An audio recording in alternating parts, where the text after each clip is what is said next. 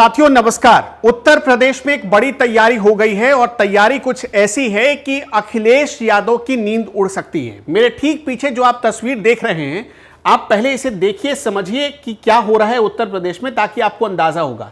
जहां तक आपकी नजर जाएगी वहां तक लोग मौजूद हैं।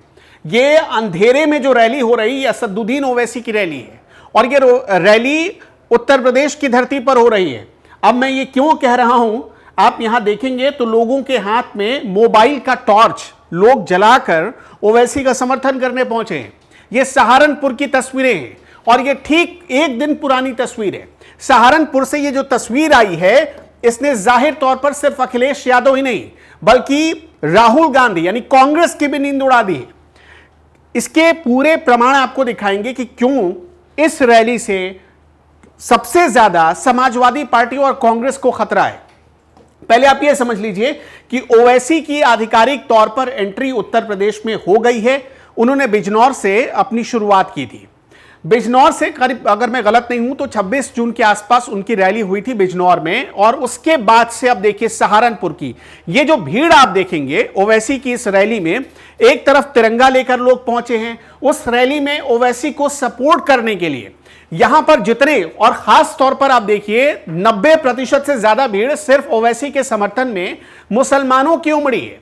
उत्तर प्रदेश में करीब 3.25 करोड़ के आसपास मुस्लिम वोटर हैं। तो यह मत भूलिए कि ये जो मुस्लिम वोटर या यहां जो समर्थन करने पहुंचे हुए लोग हैं, आप देखिए छतों पर लोग, थोड़ा पीछे जाकर देखेंगे आप तो छतों पर यहां से आपको नजर आएगा, यहां पर छतों पर खड़े होकर लोग समर्थन कर रहे हैं असदुद्दीन ओवैसी का। सरजमीन में खड़े होकर कह रहा हूं, मैं आज भी उत्तर प्रदेश में दोबारा बीजेपी की सरकार ना बने, मैं अलायंस करने के लिए तैयार हूं।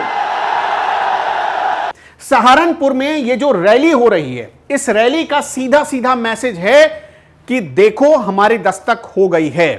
यानी मुसलमानों के वोट बैंक में सेंधमारी करने की पूरी तैयारी हो गई है और यह तैयारी की है असदुद्दीन ओवैसी ने। चूंकि बीजेपी की राजनीति में मुसलमानों पर फोकस करना कभी आपने देखा नहीं होगा। बीजेपी भले ये नारा देती है सबका साथ, सबका विकास और सबका विश्वास, प्रधानमंत्री मोदी हो या योगी हो इस नारे को दोहराते हो, लेकिन कभी भी जहां मुस्लिम कैंडिडेट को उतारने की बात हो, उनको टिकट देने की बात हो, उसमें भी बीजेपी पीछे हो जाती है। मंत्रिमंडल में शामिल करना हो, उसमें भी बीजेपी पीछे रहती है। यानी जाहिर सी बात है, लोग ये मानकर चलते हैं या मुसलमानों के बारे में यह धारणा बना दी गई है कि वो कभी भी बीजेपी को वोट नहीं करेगा या नहीं करता है। हालांकि एक अपवाद है कुंदरकी उपचुनाव, जहां पर बीजेपी की जीत हुई थी, भारतीय जनता पार्टी की जीत हुई, लेकिन उसके भी कई वजह निकलकर सामने आए थे।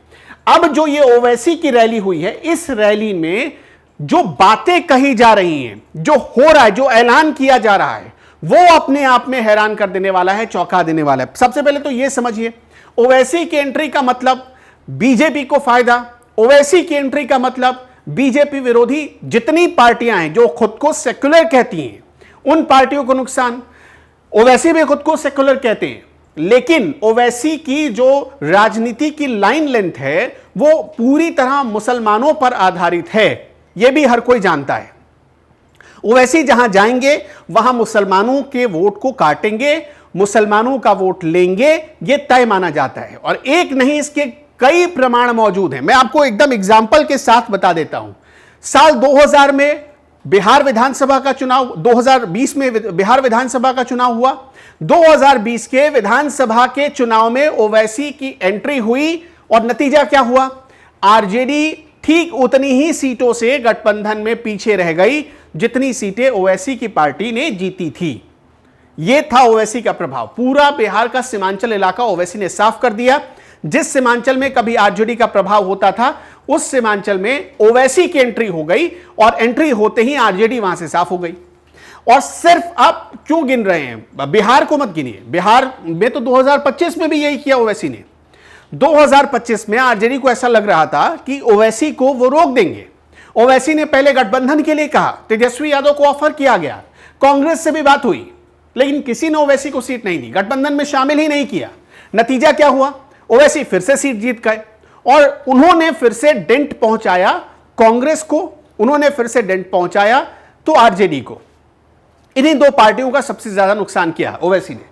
अब यहां पर ओवैसी की उत्तर प्रदेश में जैसे ही एंट्री हुई है, इसका सीधा मतलब है कि जिस पीडीए फॉर्मूले पर अखिलेश यादव बहुत आगे बढ़ चुके हैं, पीडीए का मतलब क्या, उसमें अल्पसंख्यकों को वो रखते हैं, उन अल्पसंख्यकों के आधार पर 2024 में 37 लोकसभा की सीटें समाजवादी पार्टी ने जीती हैं और उन 37 सीटों के आधार पर अखिलेश यादव ने, आपने देखा होगा कि वो विधानसभा से उन्होंने इस्तीफा दिया, वो लोकसभा पहुंचे और लोकसभा में बैठकर उन्होंने अमित शाह को यह कहा था कि उत्तर प्रदेश में आपकी हार के पीछे जिस व्यक्ति की जिम्मेदारी है उसका आप कुछ नहीं कर पा रहे हैं। यह अखिलेश यादव ने कहा था। मतलब अच्छा, अखिलेश यादव जब जीत कर गए लोकसभा चुनाव, तब उसी दौरान उन्होंने जो फैजाबाद के सांसद हैं उनको अपने बगल में बिठाना शुरू कर दिया और हर बार उन्होंने ऐसा करके बीजेपी को चिढ़ाया।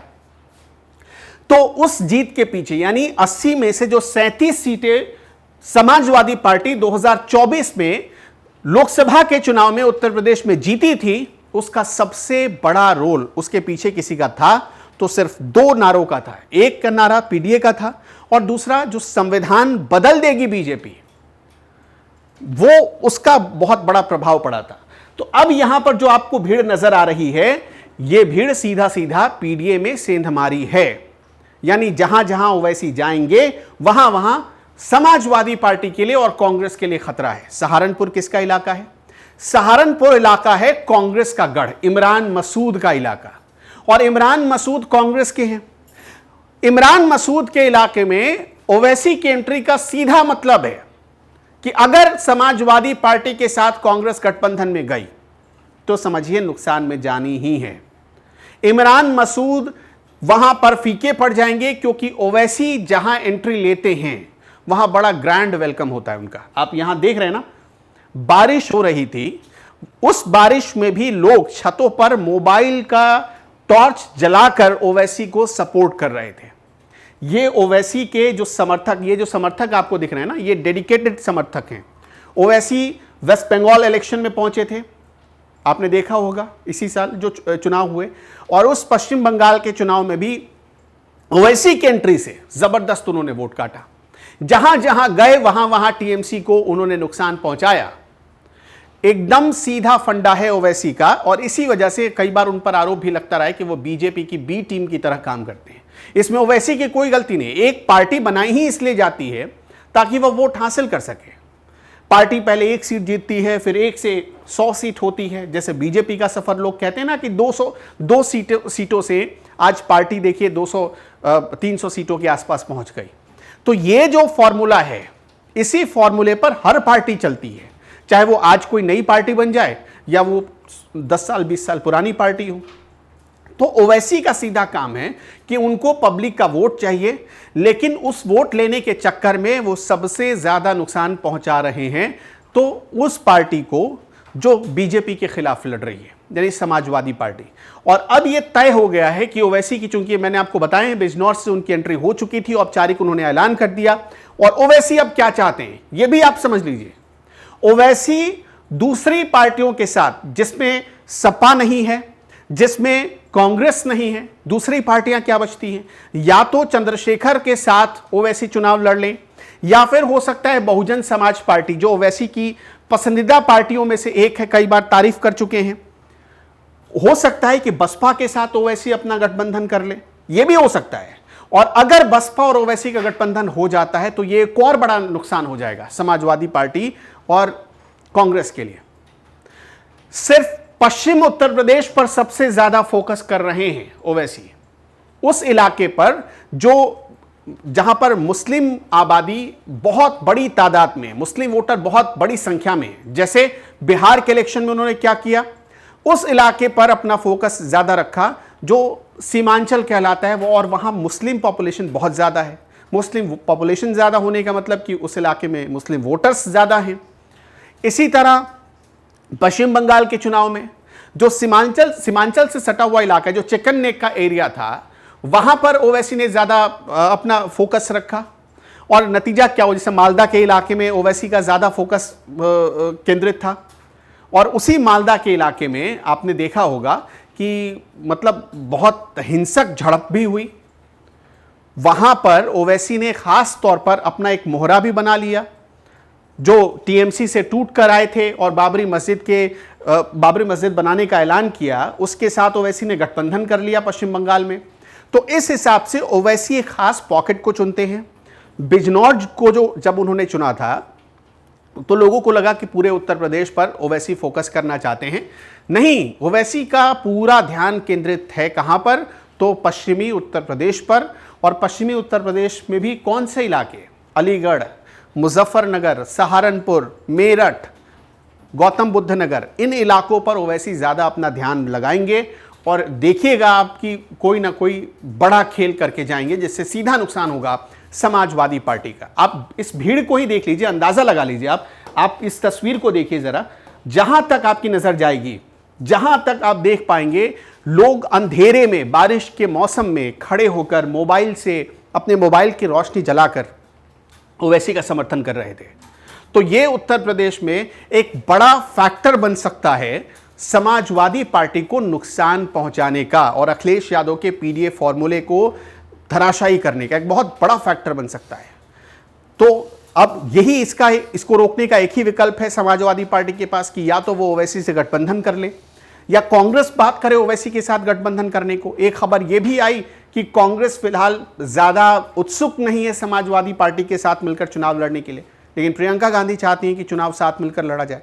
तो ओवैसी ने एक तरीके से अपनी एंट्री करते ही सबसे ज्यादा किसी को अगर बेचैन किया होगा तो अखिलेश यादव को किया होगा। अगर ये सेक्युलर अपने आप को बोलने वाली पार्टी ये कहेगी कि नहीं ओवैसी कमजोर है, वो जीत नहीं सकता, उसके पास सिर्फ एक वोट है, वो तुम है। वो क्या कहते हैं, तुम्हारे पास एक वोट है।